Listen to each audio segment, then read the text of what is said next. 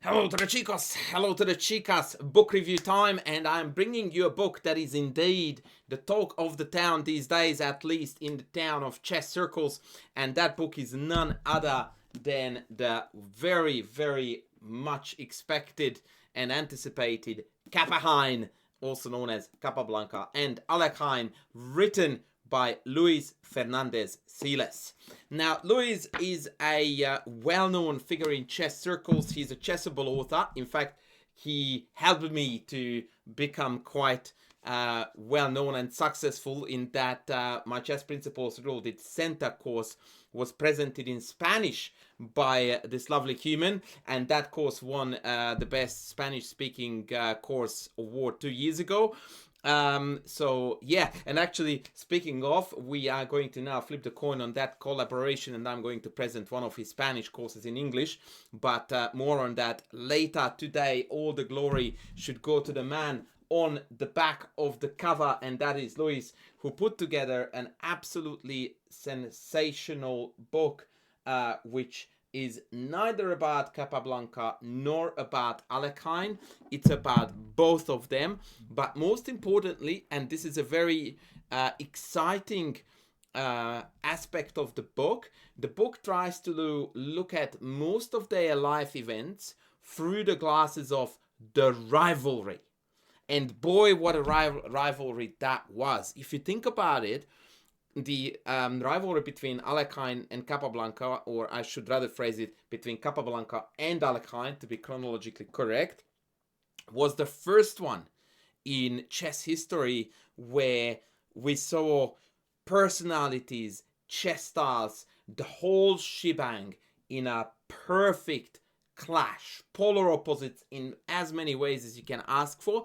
And because we know that life writes the best stories, indeed, this was a marvelous script for super exciting games. World Championship match, I would like to say, is, but as we know, only one of them happened between the two.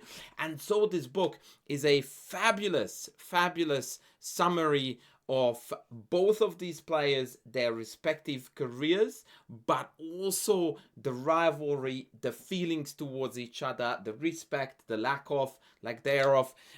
So yeah, this is just a really, really exciting, fun project. A project, by the way, which by the admission of the author started out as a small article and eventually grew out to be a sensational book. 450 pages of chess history, anecdotes, and even more than that, some absolutely sensational photographs, many of which, by the way, I have never seen in other publications before. And as I'm eagerly looking for some, I just can't find one. Okay, so that, for example, like, what an absolute banger. I know that the light is playing tricks, you can't see it properly, trust me. An absolute treasure trove of historic facts, anecdotes, and once again, photographs. What I liked about this book a lot was the fact that Luis managed to hit the sweet spot in what I consider to be the most important thing when it comes to a chess book that deals with a fair amount of chess history, and that is to find the right amount of balance between game analysis and chess history, embedding those games in historical context, providing information about the outside factors of the players' lives, the tournaments, and so on. And I think that this book has done a marvelous job at leveling that field, not necessarily making it 50-50, by the way, but offering you just the right amount of both at the right time so that the narrative flows very, very naturally. And it's a book that is very, very difficult to put down. In fact, I got through it very, very quickly because I was just so excited to read. And you can tell the tremendous amount of research that has gone into this book, because although I consider myself to be reasonably educated on chess history, average, let's go with that, but I've learned a lot about the particular era, about the players of that era, about chess politics back at the time, which I didn't even realize that this was a thing, but it was. And so yeah, it was just a fascinating read. Let me give you a few examples of a couple of things that really spoke to me about the book. Um, I never really looked at chess globally. You almost always read chess books, in particular historical chess books, through the person who the book is written about. But because of you have got two here, the presentation is often from a per point of view of a tournament. So for the first time, I read very, very thoroughly in this very book about the Tournament of Nations, which was basically the first tournament before the Chess Olympiad kicked off.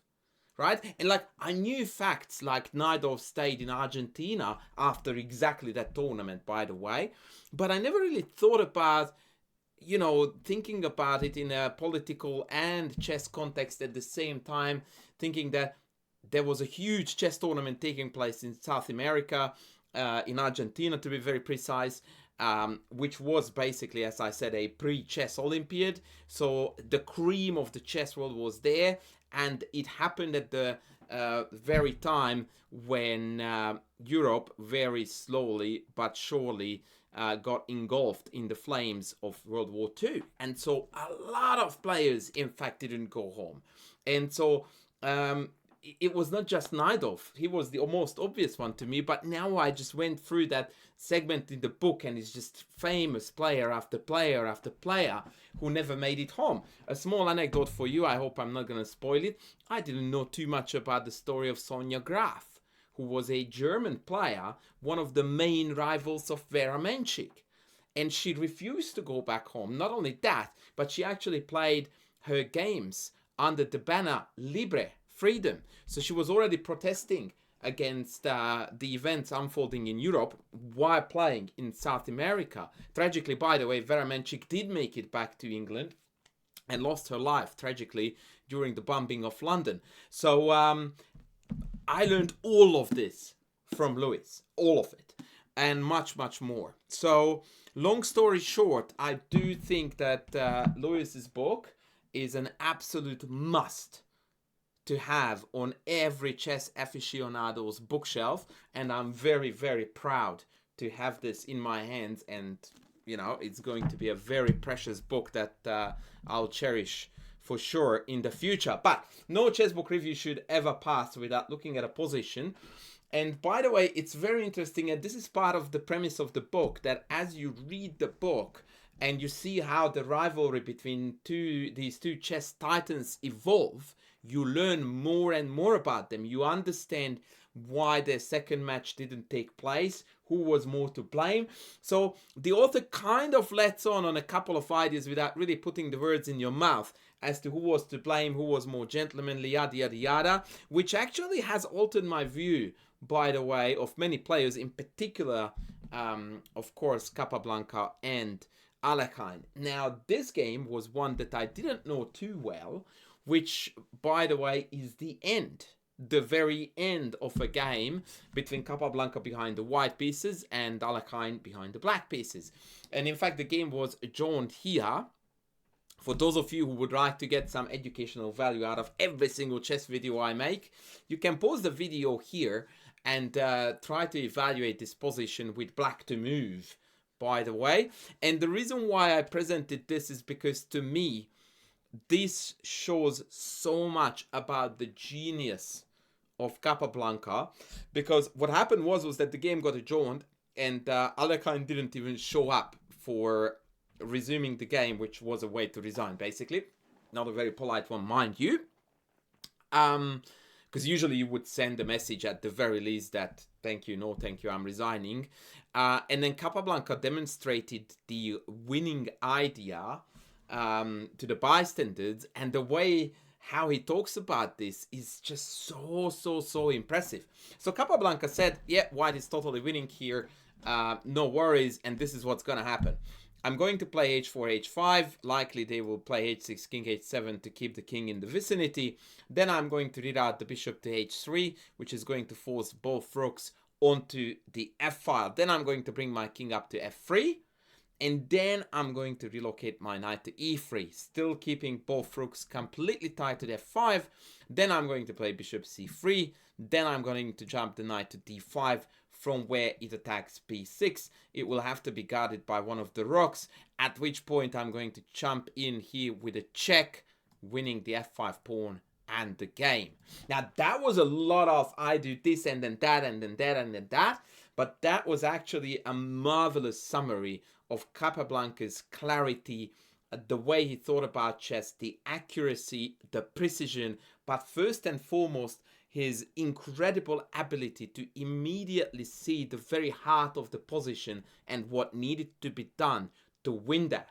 Scarily enough, no one after him, as far as I'm concerned, was able to reproduce that kind of thinking matched with the accuracy of calculation and the accuracy and ability of conversion until a certain Magnus Carlsen came on the floor, or on the scene rather. So check this out. This is how this all goes. So black plays a pass, h4, h5, check back. Bishop c3 first makes no difference. Time to read out the light squared bishop. Bang, bang. Now the rooks are glued to the pawn. Bring the king up to f3. Yep, done. Bring the knight around to e3. Done. Put the knight on d5. Lure the rook away. Check.